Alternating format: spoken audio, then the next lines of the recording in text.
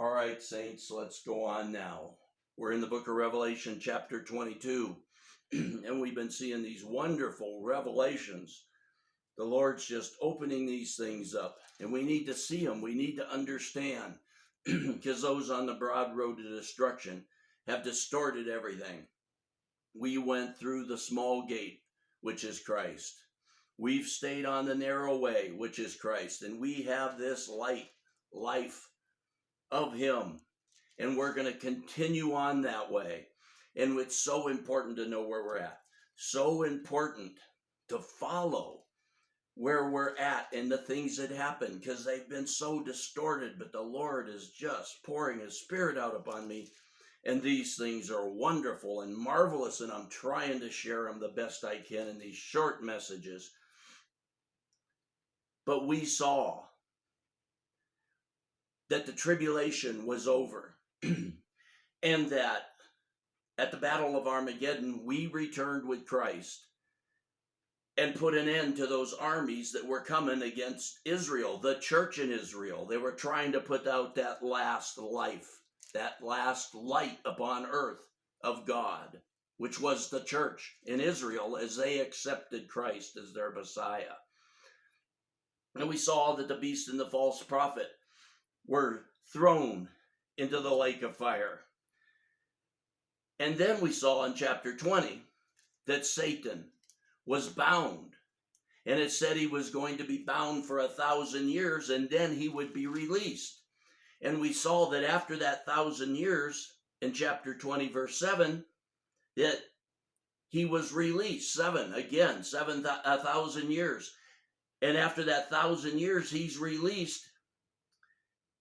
And he goes out and deceives the nations again. Like I said, it's a wheel within a wheel. As long as you got man and God and Satan, this wheel within a wheel never stops turning. And Satan is there, and he's released again. And what happens here? Why does God allow these people to follow him again? Why do they? Because since the Garden of Eden, man has been given a choice. And once again, Satan has been bound. It's this 1,000-year millennium where Christ is ruling with us. We're ruling and reigning with Christ for 1,000 years upon the earth. And these are the people that were left at the end of the tribulation. Satan's been bound. Christ is ruling with a rod of iron. They haven't been given a choice. And now Satan's released. They've been with Christ in his kingdom for 1,000 years. And Satan's released. And a huge part of them follow Satan again. They took that choice to follow Satan.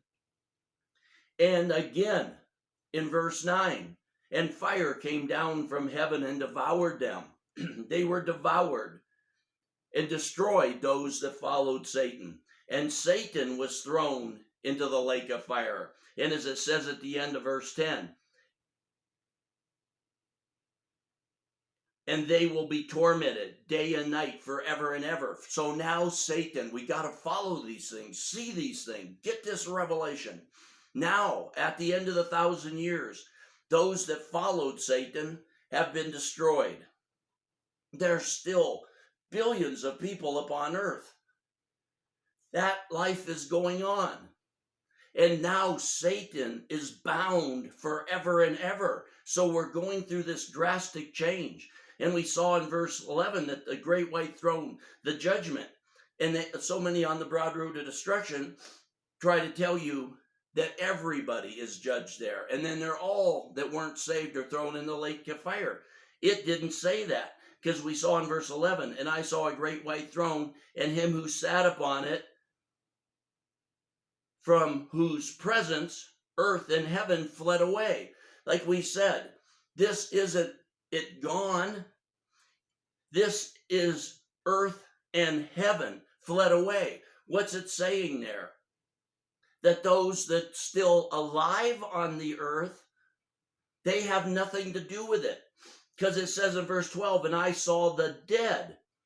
The dead were brought to be judged, not the ones that were still alive. So this is making this great divide here. Heaven, earth and heaven, the presence of them, it's fleeing away because it's being divided. Those that are still alive upon the earth are still on the earth. This judgment has nothing to do with them. Heaven, the saints, the kingdom of God, we who are been for 1,000 years ruling and reign with him, it has nothing to do with that. There's this big great divide. They're separated, and neither one of them have anything to do with this white throne judgment, because it says, and I saw the dead were the ones that were judged, and they were judged because these are the ones that haven't received Christ, don't know him, and they and death and Hades were thrown into the lake of fire, and anyone's name who was not in the book of life.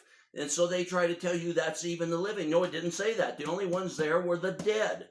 They were judged. And then we came to chapter 21. And remember, we said, and I saw a new heaven and a new earth.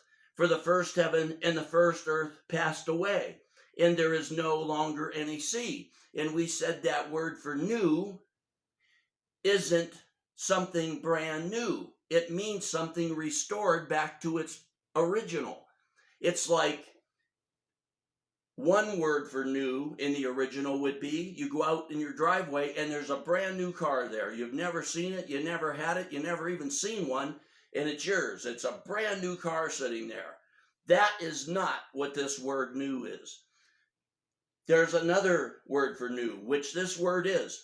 You go out there on your driveway and an old Chevy you had parked in the back of the garage that needed restored, that was in terrible shape, is sitting there totally restored.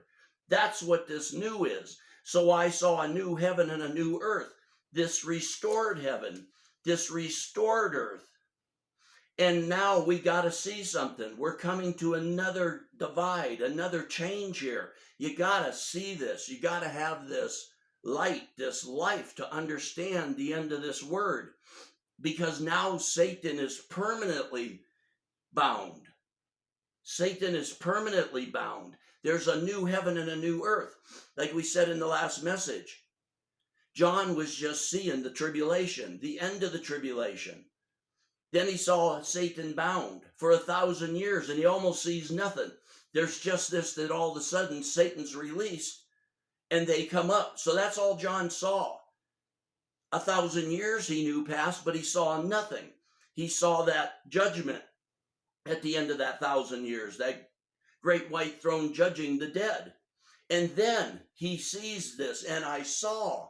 And then John realizes there's a new heaven and a new earth. He saw a new heaven and a new earth. It's like if you were seeing an image, a picture of some area that had been deteriorated, destroyed, had great trauma or destruction come over it, like from a tornado or a hurricane, let's say. And then you're going on and they're talking about it, and that's the last thing you've seen. And then they show you and they're talking about some other things. All of a sudden, you see a picture again, and it's 1,000 years later. Well, the trouble, the devastation, the damage of that hurricane would be long gone. That's what happened with John here. It's not a new heaven and new earth. That ain't the words that are here. It's restored. It's brought back to its original state, what God meant it to be after 1,000 years. And John sees that. Wow, it's a new heaven and new earth. Like if you were in Florida and there was a devastating hurricane, and you're seeing it and talking about it, all of a sudden you see a picture of it 1,000 years later and you go, wow, it's a new Florida. It's the same Florida. That's what those words mean here. And in verse 2, and I saw the holy city. See, we're having this new divide here. Heaven and earth and heaven are being mentioned. There's still people alive on earth. The dead have been judged. Verse 2, 21:2. And I saw the holy city, the new Jerusalem, coming down out of heaven from God. Listen, saints, made ready as a bride adorned for her husband.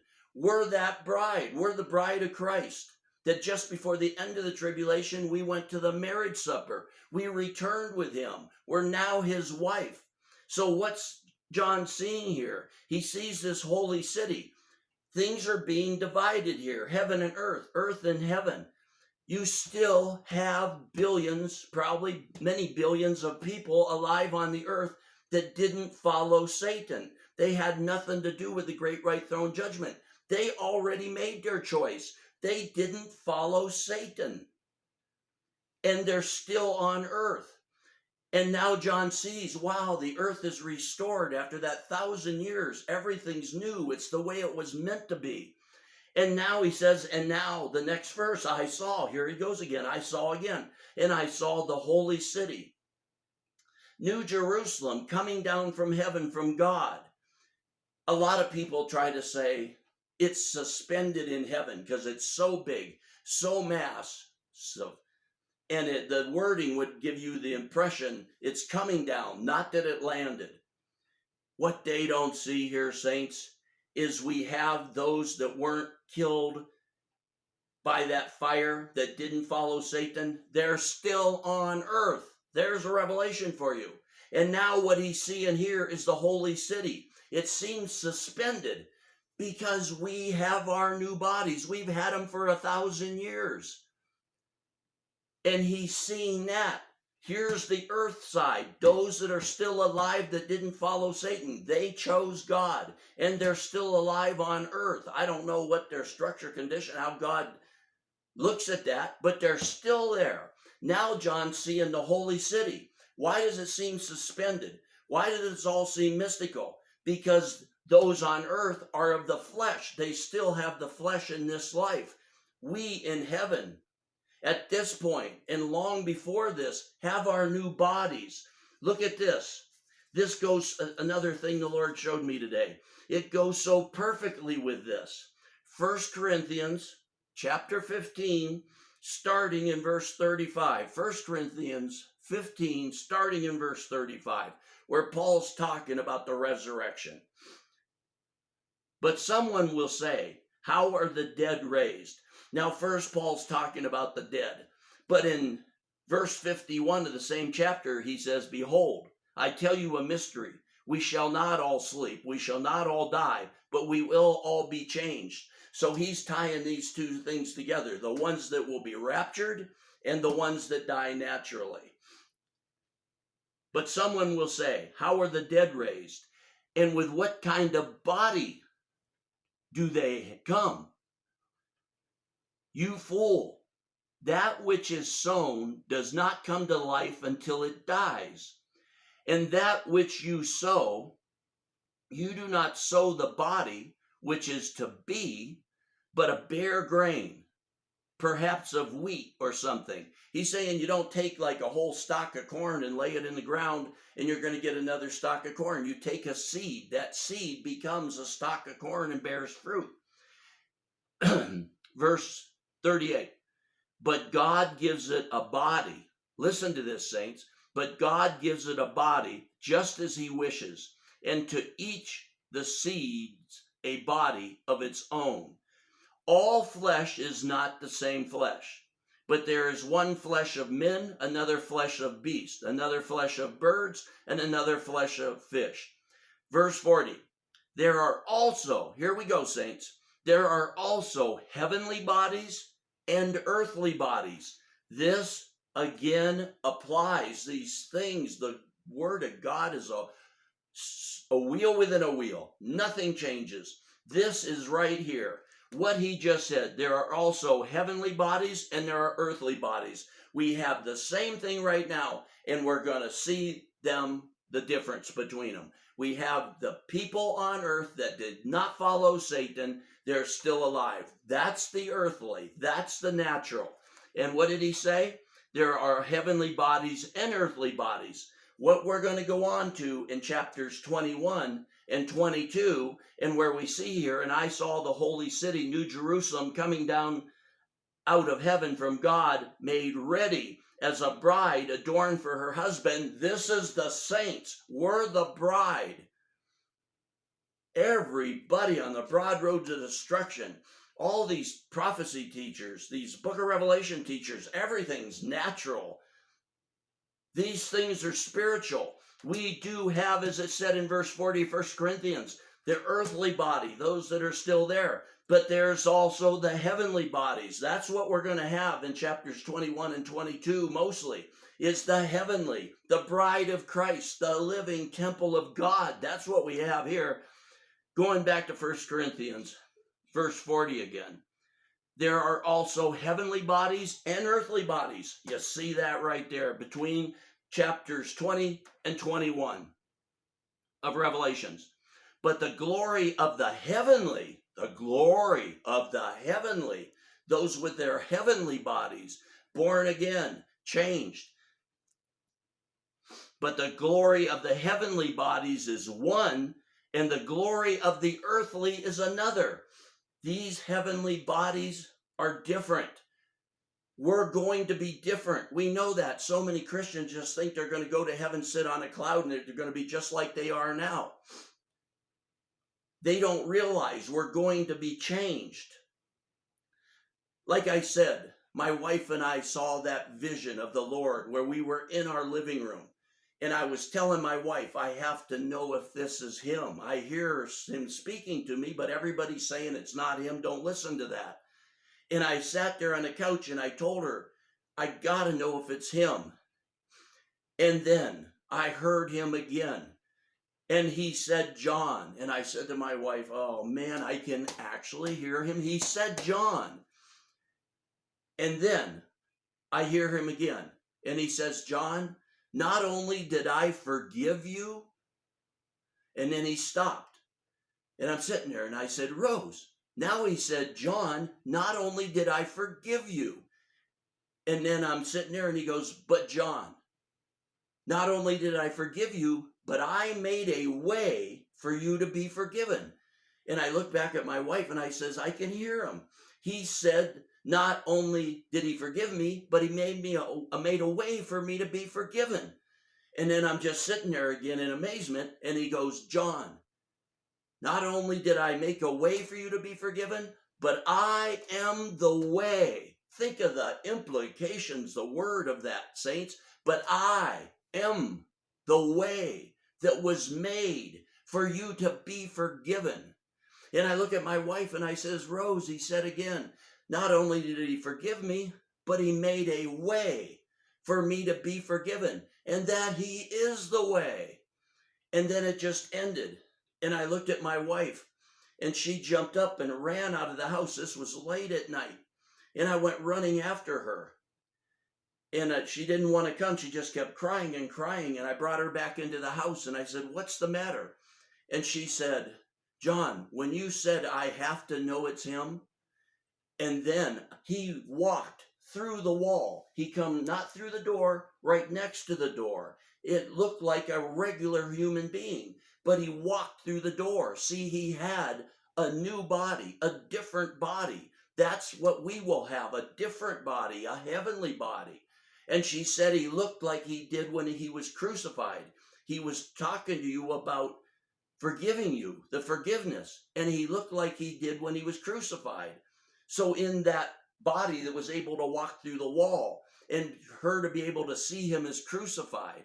But she said, John, when you said, I can hear him, he said, John, he went over and whispered in your ear. I couldn't hear what he was saying. She said that to me. I couldn't hear what he was saying.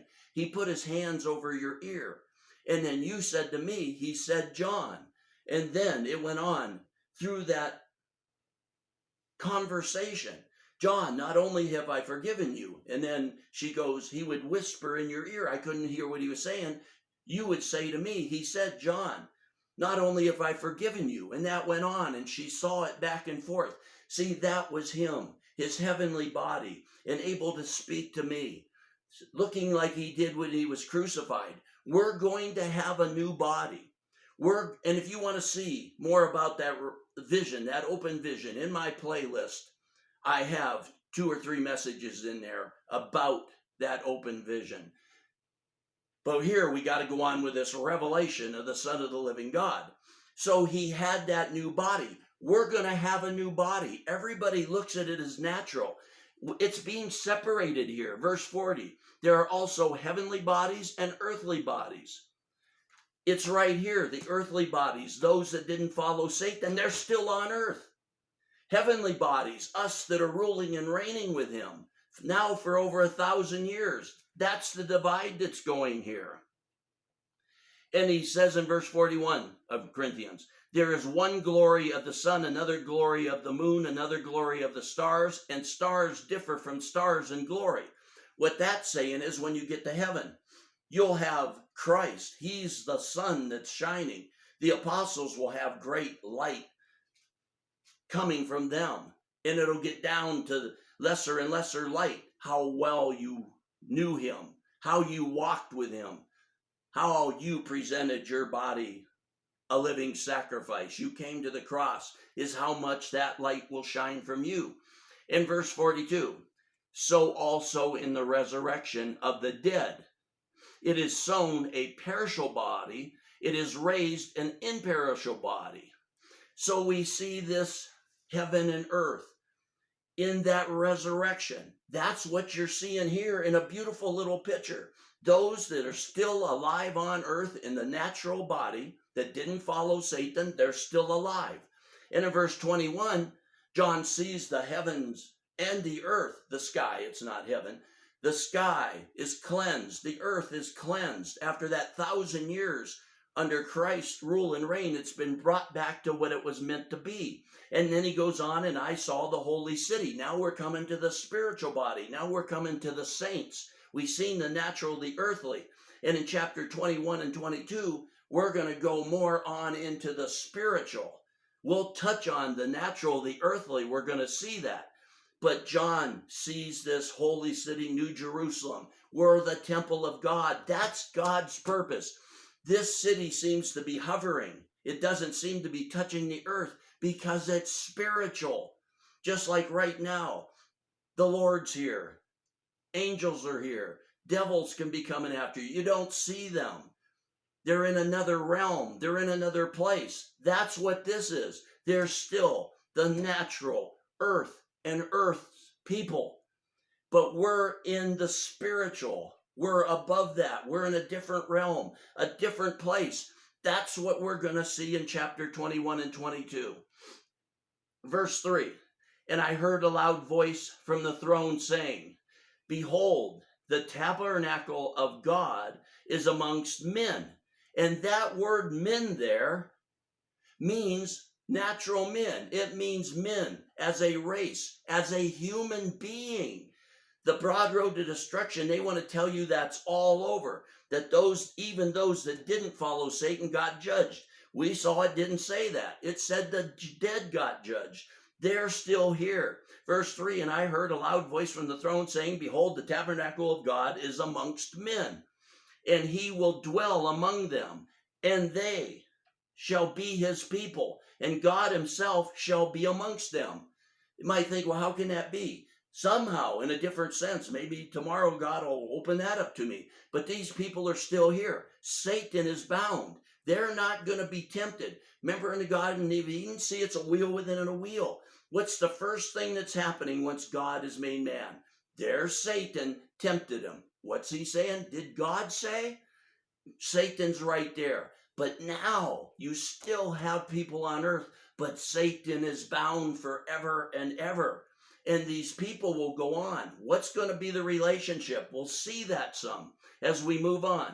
And I heard a loud voice from the throne saying, behold, the tabernacle of God is amongst men. These are natural men. It means human beings, not the saints. It doesn't say that. And he shall dwell amongst them, and they shall be his people, and God himself shall be amongst them. Satan's bound. It's like the Garden of Eden before Satan. That's where we're going. The Garden of Eden before Satan. In verse 4, and he shall wipe away every tear from their eyes, and there shall no longer be any death, and there shall no longer be any mourning or crying or pain. The first things have passed away. Here we are with this passed away again. It's the same thing we saw over here earlier. It's passing away in the same sense you were born again. It's all still there, but the crying, the pain, the misery, the death, they've passed away. So these people are here and they're not going to weep or mourn or cry anymore. And they try to tell you on the broad road to destruction, no, that's talking about the saints. The saints ain't going to be crying, weeping, or mourning. It's about 1,000 years later. We haven't been crying, weeping, or mourning since we died and were resurrected, or since we were raptured. And that was long ago. Verse 5, and he who sits on the throne said, behold, I am making all things new. This again is the exact same word in the original from chapter 21, verse 1. New as in restored. He could have put the word there, new as in something that was never there. It means restoring the original. And he who sits on the throne said, behold, I am making all things restored. Restored to what? The Garden of Eden. You're going to see that as we go through these last two chapters, that are another wonderful, glorious, powerful revelation of the Son of the living God. And he said, write, for these words are faithful and true. And he said to me, it is done. I am the Alpha and the Omega, the beginning and the end. So we have to see that transition we've come to. We're going to see some glorious, powerful revelations that you haven't seen because they're on the broad road to destruction. They entered the wide gate and they're on the broad road to destruction. They can't see this life. We're going to see it. God's opening this up, and all you can do for me is help me get these messages out. I'm not making these things up. I'm sitting here in the wilderness, but my wife and I by ourselves snowed in for 5 months. And we're just making these messages and getting them out. Please try to share them. But we've come to this place now. Those people are still on earth that didn't follow Satan. They took a choice to follow God. The ones that followed Satan were destroyed with Satan in that fire. Satan's permanently bound now forever and ever. He'll never be back. We're back to the beginning of the Garden of Eden, and we're going to see that. And we have a new heaven and a new earth. John sees that after 1,000 years, wow, I looked, it's brand new. Like there was last time I was here 1,000 years ago, a giant hurricane went through here and destroyed it. But now, hey, I'm back 1,000 years later. This is brand new. It's not brand new as if it was never there. It's restored. And now we've come to this new heaven and this new earth. Like it said about our new bodies. There's one that's heavenly. There's one that's natural. I never knew this. I never understood this. I don't think many have. These people are still upon earth. And they're the earthly, the natural. But Satan is bound. We're the spiritual. We're the heavenly.